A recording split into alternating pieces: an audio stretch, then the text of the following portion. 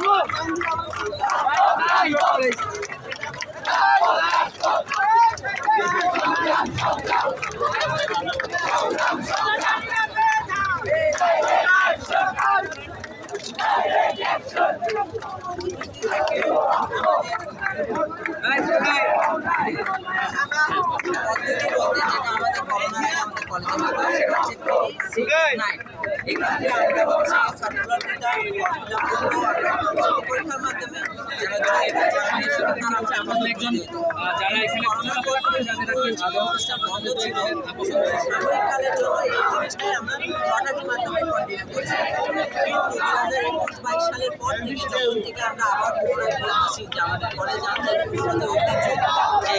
ভর্তি পরীক্ষার মাধ্যমেই আমাদের কলেজের পরীক্ষার মাধ্যমেই হচ্ছে শিক্ষার্থীরা আসবে।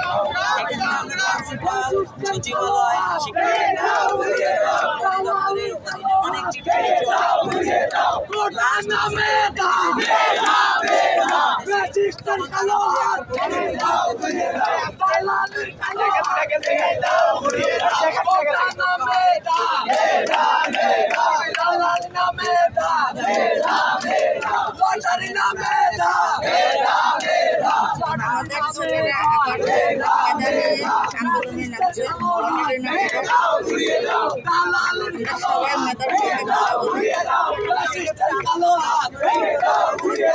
আমাদের সিদ্ধান্ত দিলে যে তাহলে পুনরায় তাহলে দুইটা শিফটে আবার লটারি আসবে, যেটা আমরা মানে প্রথম থেকেই আমরা বিপক্ষে ছিলাম।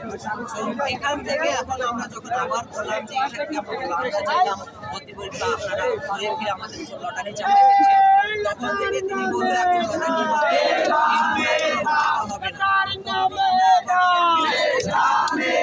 কথা বললাম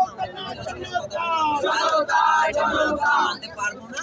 এখন আমাদের একটাই দাবি, আমাদের যে পুরনো যে লেজেসি আছে, পুরনো যে ঐতিহ্য আছে, আমরা হচ্ছে শিক্ষার মাধ্যমেই আমাদের কলেজের শিক্ষার্থীরা ভর্তি হবে, এটাই আমাদের এক দফা, এটাই আমাদের দাবি। এটা যতক্ষণ পর্যন্ত আর কি মান্য হচ্ছে না ততক্ষণ পর্যন্ত আমরা কেউ ছাড়ছি না রাস্তা, এটাই আমাদের দাবি।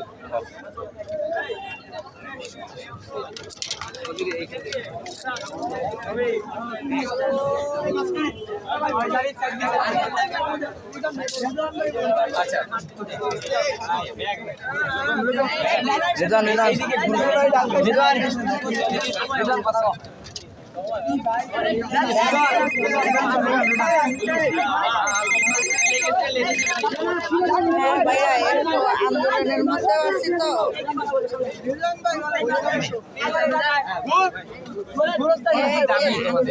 আমাদের দাবি হচ্ছে আমরা লটারির কথা চাই না, আমরা চাই মেধার মূল্যায়ন হোক।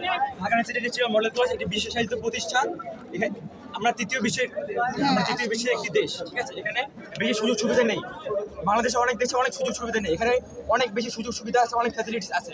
এটা শুধুমাত্র স্পেশাল চাইল্ডরাই ডিজার্ভ করে, বুঝতে পেরেছে না?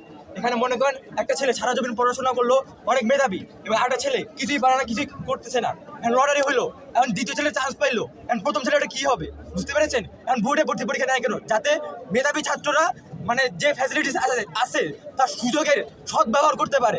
একটা অমেধাবী ছাত্র কখনোই মনে করেন প্রত্যেকটা ফ্যাসিলিটিসে প্রত্যেকটা সুবিধার সদ্ব্যবহার করবে না, সে সর্বোচ্চ ব্যবহার করতে পারবে না, সে দেশকে সর্বোচ্চ দিতে পারবে।